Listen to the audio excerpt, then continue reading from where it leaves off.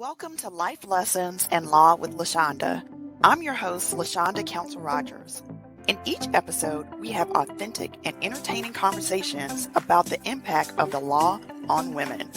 You can find this show on my website, www.thecounselfirm.com, and on YouTube, LinkedIn, Facebook, Apple Podcasts, Spotify, and more. Now, please join me in Life Lessons in Law with Lashonda. Hello, everyone, and welcome to another episode of Life Lessons in Law with Lashonda. And everyone, we have a first, okay?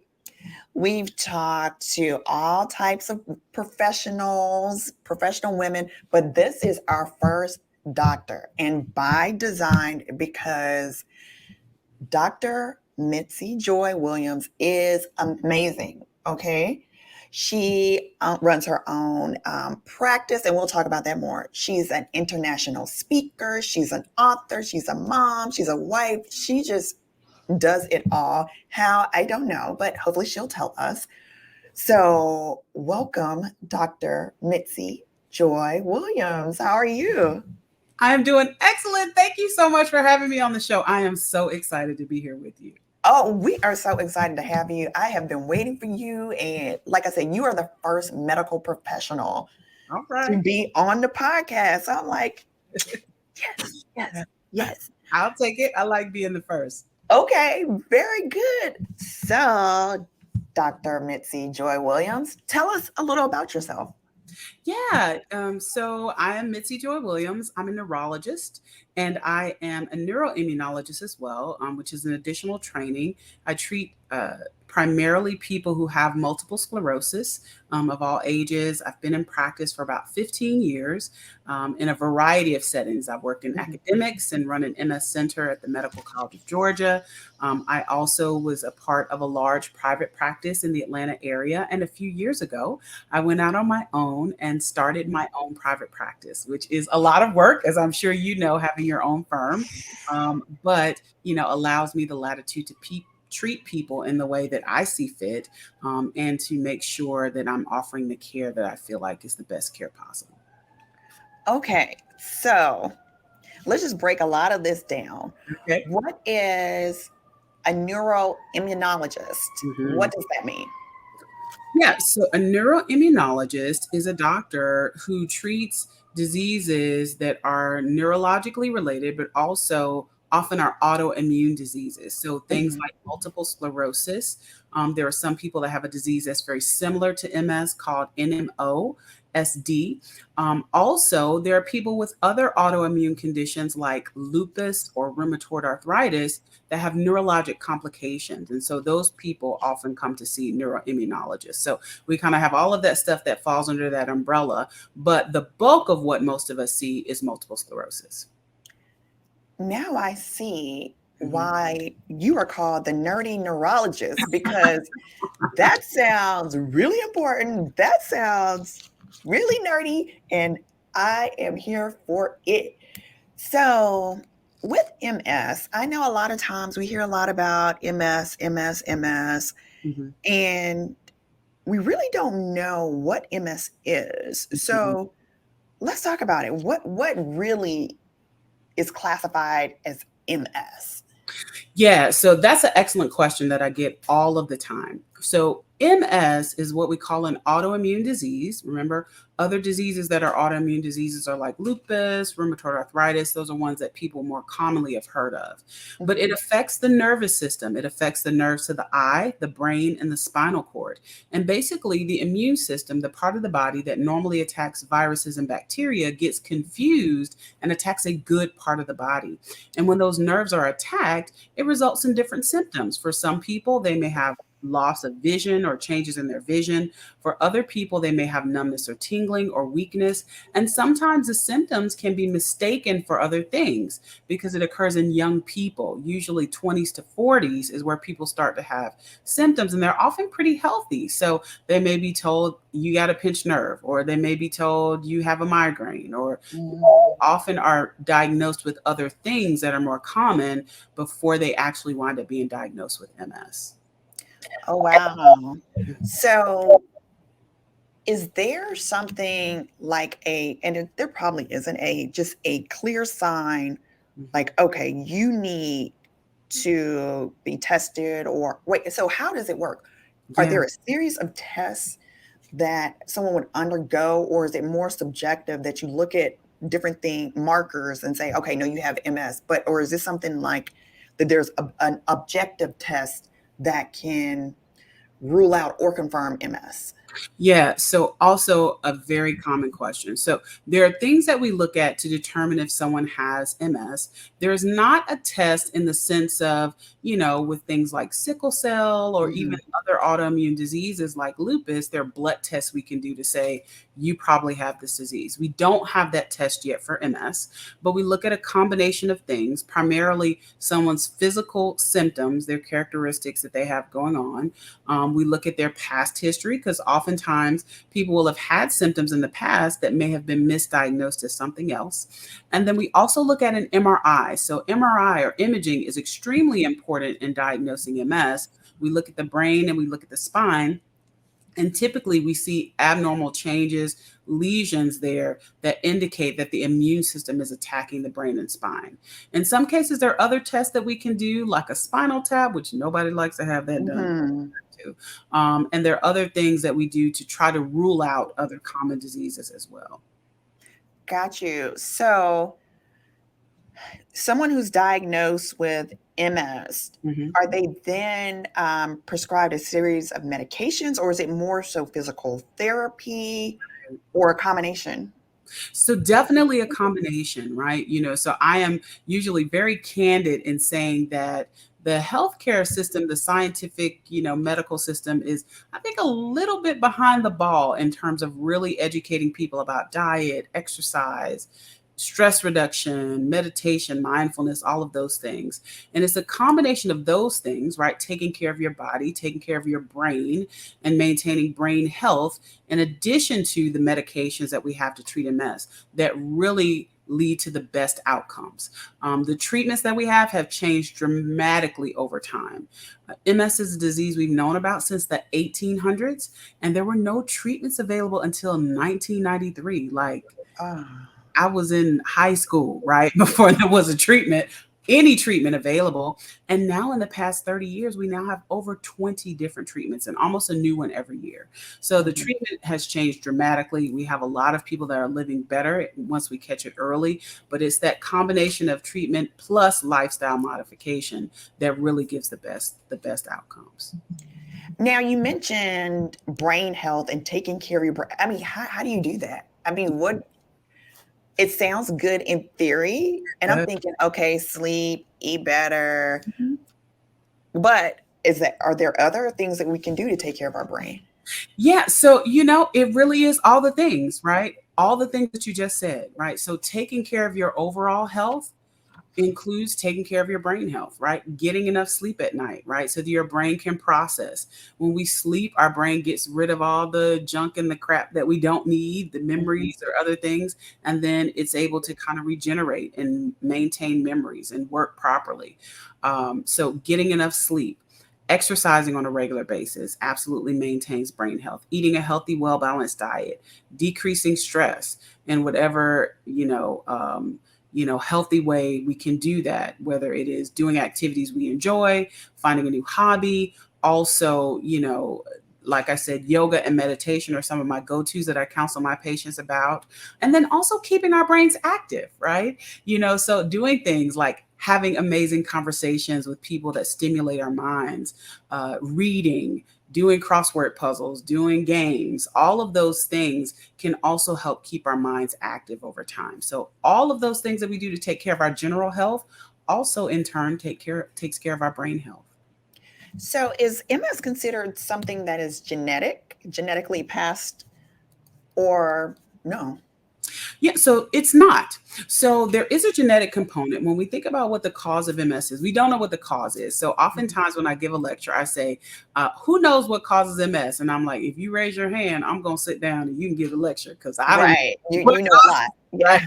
But there are a lot of different things that we know increase the risk. So if people live in certain parts of the world, like further away from the equator, we see more MS. So we see MS in North America. We see the highest prevalence of MS actually in Eastern Europe. But we don't see a lot of MS, let's say in South Africa, so there are certain places, and that may have to do with vitamin D and vitamin D exposure. We know that genetics plays a part, but the genetics is really complicated. So again, if we think about a disease like sickle cell, which many of us have heard of, we know that if mom has a gene and dad has a gene, we can predict 1 in 4 of the kids will have the disease. With MS, there are over 200 different genes in different combinations, and they're not bad genes. They're good genes in bad combinations, right? Okay. So even though there are some patients I have who have a family member with MS, it's usually very sporadic. It'll be like a second aunt or a cousin 3 times removed, or, it's usually not parent-child, although I do have some of those. And then many who are diagnosed don't have anybody in their family that has MS, so it's really, the genetics do play a part. And if you have a relative with MS, it does increase your risk a little bit, but it's not something where we can really predict. In many families, the children don't have it, the grandchildren don't have it. It'll be somebody somewhere over here that, is not closely related that has it. So within your practice, do you see any type of trends as to, I would say, age or racial breakdown as to the patients that you're seeing? Yes. So what we're finding with research, so my subspecialty in research is looking at MS in people of color. I do a lot of work with diversity and inclusion and health equity, as well as patient empowerment in general, because I believe it's important for us who are a part of the healthcare system, no matter what condition you have, to be able to advocate for ourselves and understand what's going on, advocate for our loved ones. So what we find is that here in the US, the highest risk for MS is in Black women. There are some studies that report it may be up to 47% higher in Black women, and the highest prevalence is in Black people, and that's primarily driven by Black women. We don't understand a lot about why that's occurring. We know that the occurrence of MS is increasing overall globally, but we don't really understand why we're seeing it in these populations, and also why in some cases it may be worse. So not everybody who is Black has really bad MS, but there is a potential for bad MS. So many of us in the scientific community are coming together to really do research to try to understand why we're seeing these outcomes. And so when you say bad MS, what does that mean? Yeah, so bad MS means higher disability early Okay. at younger ages. So for instance, some studies suggest that mortality or death from MS is highest in Black people, like under the age of 55, and we don't consider MS a fatal disease. So people shouldn't be dying at 55 of their MS. It means they're very disabled. So we see higher mortality rates in the Black population. We also see higher disability, more damage to the brain, more disability in terms of a person's ability to walk and function in their day-to-day life, people having to be disabled from work, those types of things. So we're trying to understand why in some people we see that worse, and why that's more frequent in the Black and Hispanic populations. Okay. So let's think of the opposite. Yeah. We have bad MS and maybe what would, I guess, mild MS look like? So mild MS may be someone who, again, and mild is relative, right? Because it depends where we catch it, right? So if we catch someone very early, right, oftentimes after a person has that first symptom, they may fully recover. And oftentimes, if we catch people early after that first symptom where they're relatively normal, we can keep them like that for decades if we get them on the right treatment. So mild would be what I call my goals for my patients. I call them social visits. So mild would be if you come in to see me for social visits. We talk about your MS for a few minutes. We look at your scans. Your scans look the same. And then you tell me where you went on vacation. So, Okay. so that is the goal, to catch people as early as possible when their functioning is normal, and to try to keep them that way. Got you. Got you. Before we started, I was joking that you're a unicorn. I want to know how much of a unicorn you are. And when I say unicorn, there are not a lot of women of color, and especially African American women, in this space. Yeah. If you know the crazy dire statistics, I want to hear them. How much of a unicorn are you? Yeah. So, there are not a lot of Black neurologists. Mhm. So less than 2% of doctors, period, are Black women, just period. 2%, less than 2%. So in neurology, those numbers are a lot smaller. In the neuroimmunology space, I remember when I graduated and went out into practice, there were 4 other Black neuroimmunologists in the country. What? And so when I graduated, myself and a good girlfriend of mine and I graduated at the same time, and we increased the number to 6. And so now there are probably roughly 25 maybe in the country who are in neuroimmunology. Those numbers are growing, but I mean, it seems like a small number, but 25 is like Yeah, huge. you're celebrating the growth, but Right? you So want it to be more, right? actually, and one of my goals is really to raise awareness about the field of neuroscience, to show that there are Black people in the field of neuroscience. It is a viable career. You don't have to be an astronaut or rocket Right. scientist to become a neurologist. And, to try to mentor people, so that if they are interested in the field of neuroscience, they have access to mentors and others who can help guide them. Wow.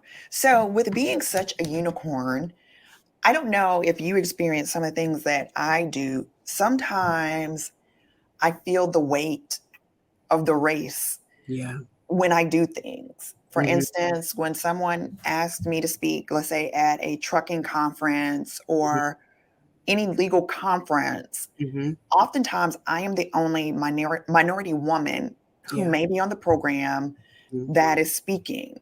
Yeah. And I always feel like, okay, I have to go above and beyond Mhm. because I'm carrying everybody with me. Right. And it's a lot of pressure. It's a lot of pressure.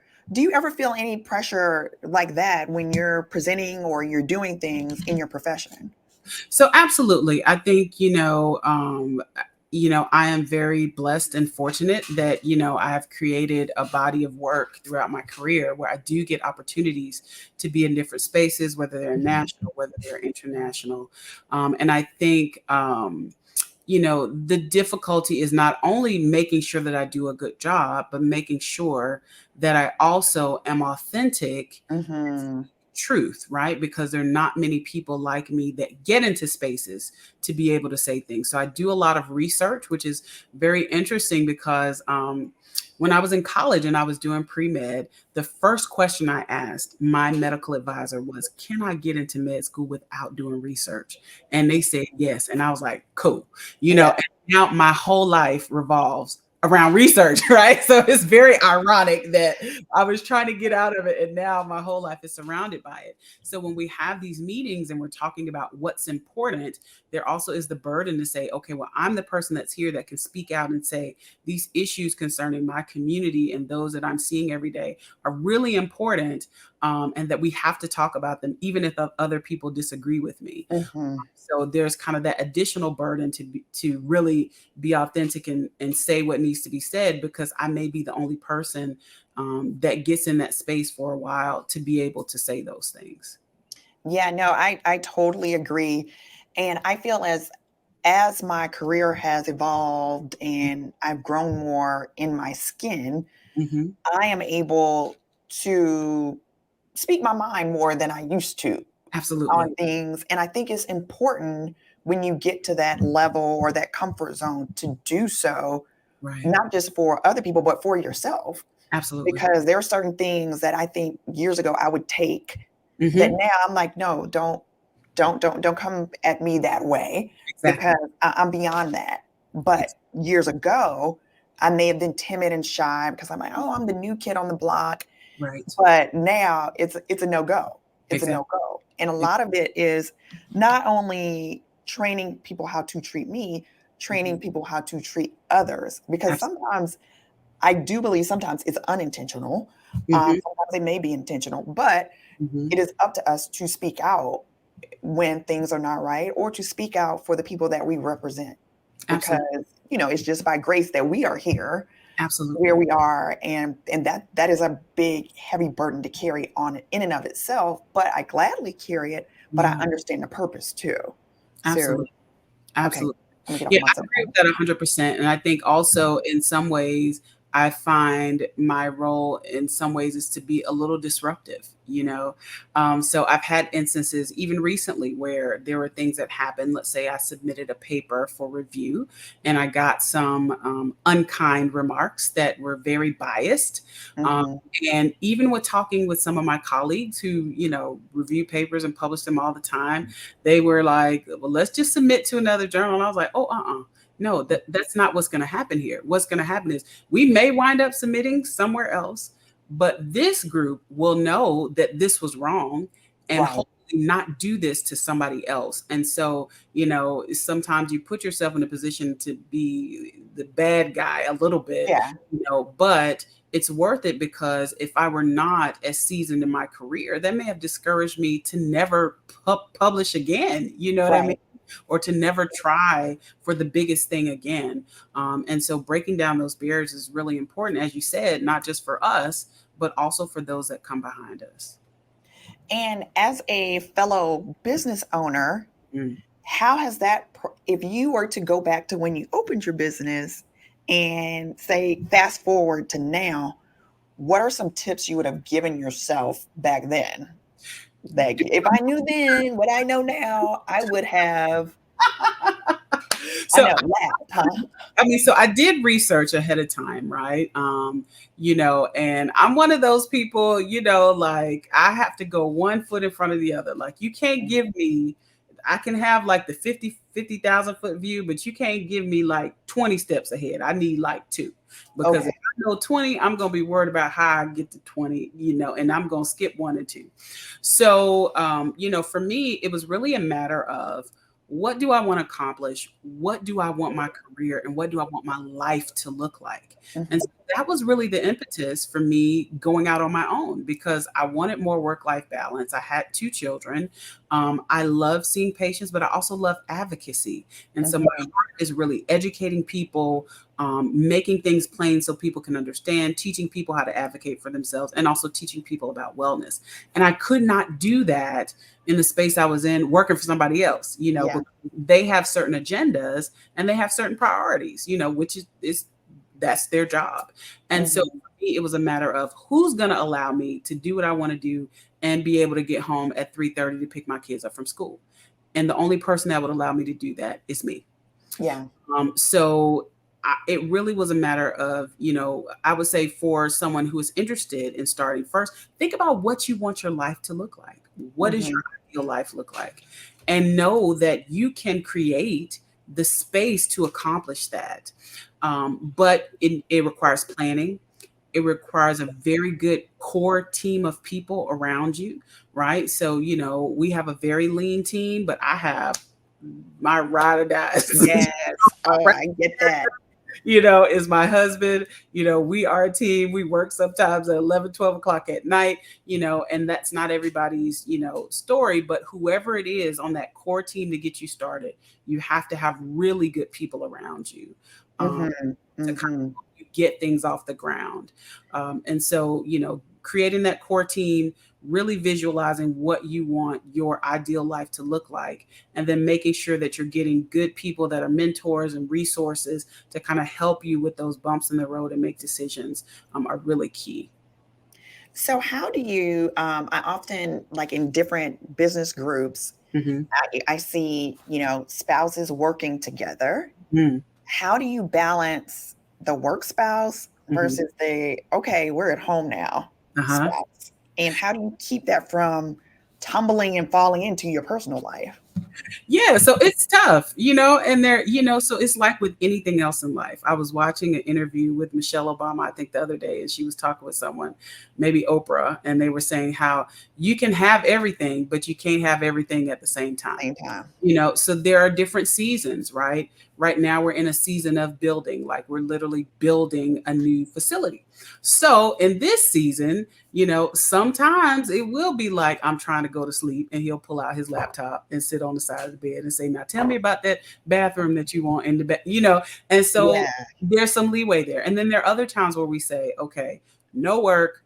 This is, we're going to hang out. We're going to go hear some music, nothing about work. And so, we have to find that balance. But there are some seasons where it's really busy and we really do have to work kind of around the clock. And then other times we're like, all right, chill time, no work, let's just hang out, or we go hang out with the kids or something like that. So it's just having that ability to turn it off is really what has helped us a lot. I love that. I love that. And with you being done, well, not having appointments after 3 or accommodating your family, even with those type of boundaries and parameters in place, do you ever experience what they call it, mom guilt? Absolutely. Do. Okay. Absolutely, because sometimes I go home and I'm still sitting on my laptop, right? So it's a struggle, So even though I may see people in a certain amount of time, I still have to do paperwork, right? Yes. So if I get out of the clinic on time, pick everybody up, go to basketball practice, when I get home, I gotta document all that work that I did. And so when am I going to do that, right? Either I'm going to do it at night, or I'm going to leave early in the morning and try to do it, so there's always a struggle there. And then I also travel a lot. So I speak around the country. I do all different types of things. We also started a nonprofit that's focused on educating people about health equity and, activating patients and their doctor shared decision making. And so, we may have to go to New York to do something, or we may have to, so there's the travel too that also, plays into that. But I think the thing that really has helped me is that when I'm with my children now, I'm present, right? So there's a difference between being in the house with them and being present. So when I'm with them now, we go home, we watch Tom and Jerry or the Flintstones or whatever cartoon that we both can tolerate. We may bake cookies, but when I'm there, so that when I'm gone, I don't feel as bad about being gone because they have those memories of me really being present and not sitting on my computer or ignoring them or talking on the phone and all that when I'm in the house. Ooh, you have said a mouthful right there. And it's tough. It is tough. I know sometimes I catch myself when I go home, I'm typing, on the phone, doing this, directing this, and it's like, when do you cut it off? Yeah. When do you cut it off? Because at the end of the day, there's going to come a time where these kids are out of the house and we're going to want that time back. We are. But we're so busy hustling and doing this, let's do this, juggling all these hats. Exactly. And we can't get that back. Exactly. We can't get that back. So you have spoken to me. I am going to make sure that I am more present. Yeah. It's hard. But the work will never stop. It will be there. And that's what I realized, right? The work never stops. Your to-do list will never be empty. So at some point, you just have to say, you know what? Okay, this thing has to get done, right? Or you won't be able to eat Chick-fil-A or whatever it is they like, right? Yeah.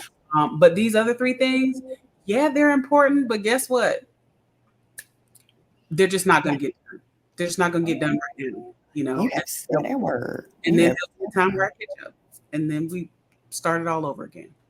Oh my goodness. So I hate that we have to come to an end because this has been amazing. The first doctor, medical professional. Woo, woo. Yes. So Dr. Mitzi, how can our viewers and our listeners find you? Yeah. So I am the Nerdy Neurologist on social media platforms. So on Instagram and TikTok, Twitter /X, whatever it is called now. I'm the Nerdy Neurologist. I also have a YouTube channel. And then I have a podcast called Brain Chat with the Nerdy Neurologist, where we talk about brain health and other topics related to MS and health equity. And that is on all podcast platforms. And we do a Facebook Live series every other Monday on blackdoctor.org's Facebook channel. So Nerdy Neurologist, you can find me. Wow. Thank you so much. This was good. This was more for me. I was like, oh, This is what I need to look at. Brain health, how to rest my brain. Fantastic. I cannot thank you enough. And for everyone out there, if you're curious about MS, if you feel you have symptoms, don't wait. Because we've already talked about the stages. There's mild, but the thing is, don't wait. Don't wait. Don't ignore it. Absolutely. So if you have questions, Google Dr. Mitzi, go to her webpage, listen to her podcast, and educate yourself. Be an advocate for your own health care. Okay? So that's the end of my soapbox, everyone. But thank you again for tuning in to Life Lessons in Law with Lashonda, and we'll see you next time. Thank you so much. You've been tuning into Life Lessons in Law with Lashonda.